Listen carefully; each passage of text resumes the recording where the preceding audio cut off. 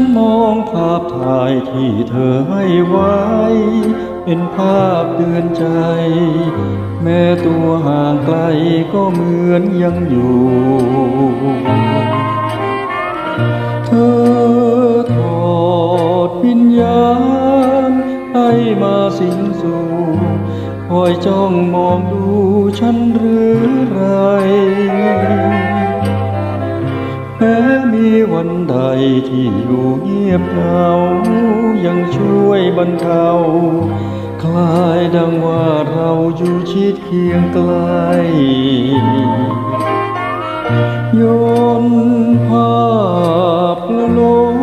มโน้มนำเราให้คอยส่งดวงใจไปสู่กัน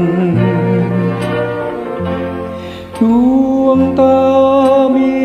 แววแจ่มใสเตือนจิตใจอยู่ทุกวันลืมตาหลับตาก็ฝันเอาภาพนั้นมาแนบกายฉันมีเพียงภาพแต่ห่างเจ้าของเคียงข้างประคองฉันได้แต่มองลุ่มหลงภาพถ่ายเฝ้า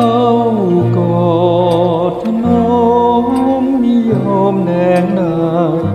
พอช่วยผ่อนคลายให้อุ่นใจ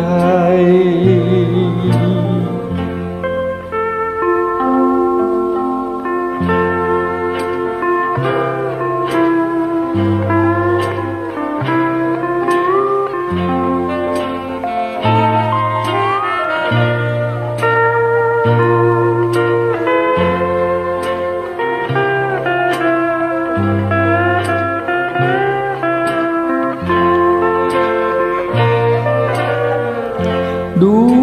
วงตามีแววแจ่มใสเตือนจิตใจอยู่ทุกวันลืมตาหลับตาก็ฝันเอาภาพนั้นมาแนบกายฉันมีเพียงภาพแต่ห่างเจ้าของเคียงข้างประคองฉันได้แต่มองลุ่มหลงภาพถ่ายเฝ้ากอดถนอมมิยอมแนกนาย